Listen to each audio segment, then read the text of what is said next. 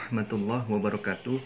Bismillahirrahmanirrahim. Wassalatu wassalamu ala rasulillah Sayyidina Muhammad ibn Abdillah wa ala alihi wa ashabihi wa mawalah. La hawla wa la quwwata illa billah. Teman-teman yang dirahmati Allah subhanahu wa ta'ala, kita sedang berada di dalam suasana bulan suci Ramadan. Dan bulan Ramadan ini adalah bulan yang sangat mulia, bulan yang sangat ditunggu-tunggu oleh seluruh umat mukminin, seluruh umat muslimin. Jadi tentu saja ini menjadi sesuatu yang spesial bagi kita semua. Namun di satu sisi kita masih berada di masa pandemi COVID-19, yaitu suatu virus corona yang mengancam banyak nyawa manusia di seluruh dunia. Di Indonesia sendiri angkanya sudah mencapai lebih dari 1,6 juta kasus. Nah, jadi di bulan puasa kita melaksanakan kewajiban berpuasa, dan satu sisi kita juga harus ikhtiar berupaya menghindari virus corona. Salah satu ikhtiar kita di bulan suci ini atau di tahun 2021 ini adalah kita disuntik vaksin atau penyuntikan vaksinnya bagi orang yang tentu saja yang sehat, yang sudah terkualifikasi. Dan pertanyaannya adalah apakah orang yang berpuasa boleh divaksin? Atau pertanyaannya, apakah penyuntikan vaksin itu membatalkan puasa seseorang di bulan suci Ramadan? Nah, bagian dari upaya kita menjaga hidup, menjaga kesehatan, menjaga kehidupan adalah penyuntikan vaksin. Jadi vaksin yang sudah direkomendasikan oleh pemerintah. Jadi kita harus mewujudkan upaya pemerintah itu yang dimana itu kebaikannya buat diri kita.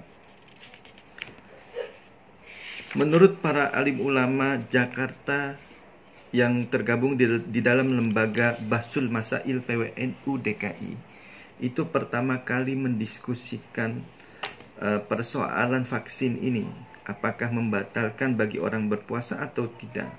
Dan para ulama yang hadir saat itu, yaitu pada tanggal 9 Maret 2021, itu sepakat bahwa orang yang berpuasa itu tidak menjadi masalah dia divaksin. Dan vaksin itu tidak la yafsudu as-shaum.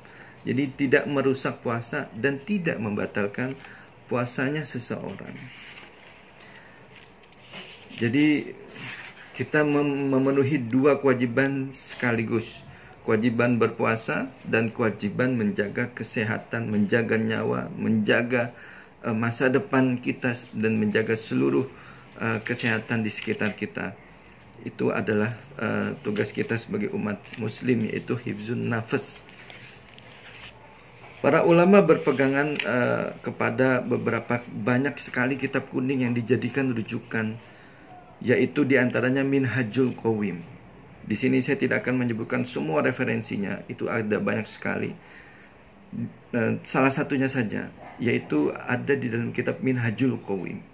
Itu ditulis oleh Imam Ibnu Hajar Al-Haytami.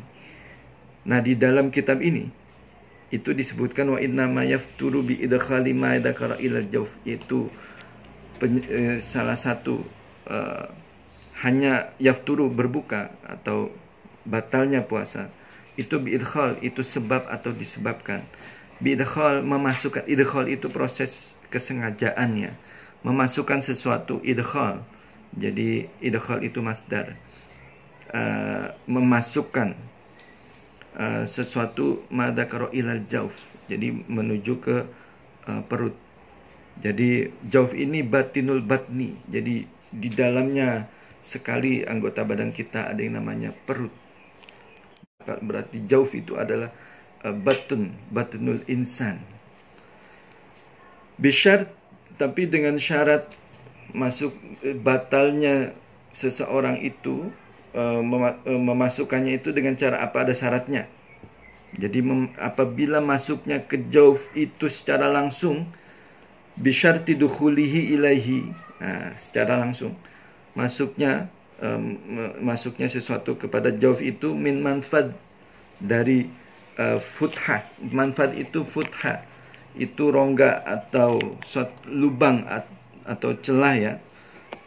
Dan manfad itu bisa diartikan mamarun, itu tempat perlintasan.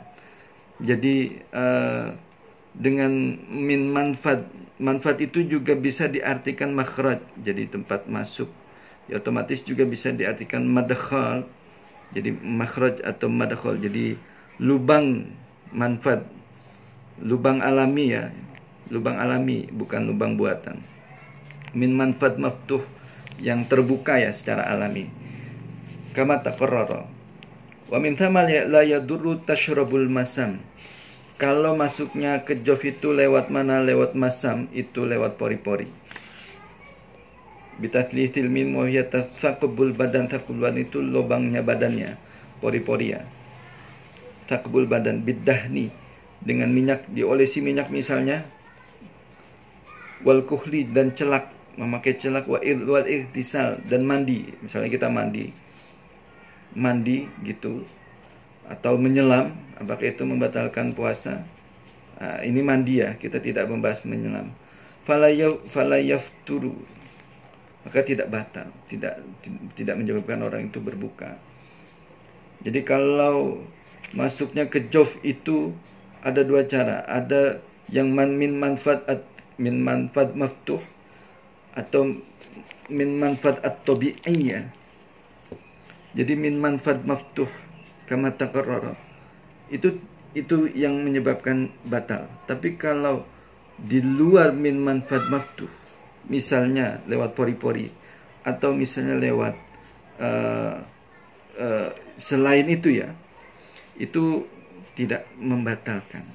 Misalnya diolesi minyak, mandi, itu tidak batal.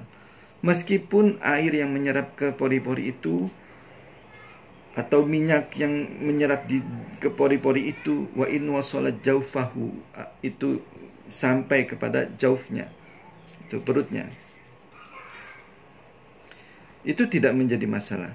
Wala karaha, tidak dimakruhkan juga. Nah, ini istimewanya ya. Jadi manfaat maftu itu anggota tubuh yang terbuka. Anggota tubuh yang terbuka itu min fam. Kalau ulama Azhar mengartikan itu famun misalnya, itu salah satunya ya. Itu lewat anggota badan yang terbuka secara alami, langsung masuk ke perut, pencernaan, itu batal. Tapi kalau dia masuknya lewat apa, di luar lubang yang alami itu tidak membatalkan. Lalu ada kitab di Al-Bahru Ar-Ra'iq, Syarah Kanzud Daqa'iq. Itu, dan di dalam kitab ini ya, An-Najmu Al-Wahaj fi Syarhil Minhaj. Nah, itu disebutkan iddahana au ihtajama au iktahala. Jadi ihtajama atau iddahana atau iktahala. Jadi au iddahana au ihtajama au iktahala, itu mengoles. Iddahana itu mengoleskan minyak. Kalau ihtajama itu berbekam. Atau iktahala itu menggunakan celak ya. Itu la yafturu, itu tidak batal. Itu puasanya tidak batal.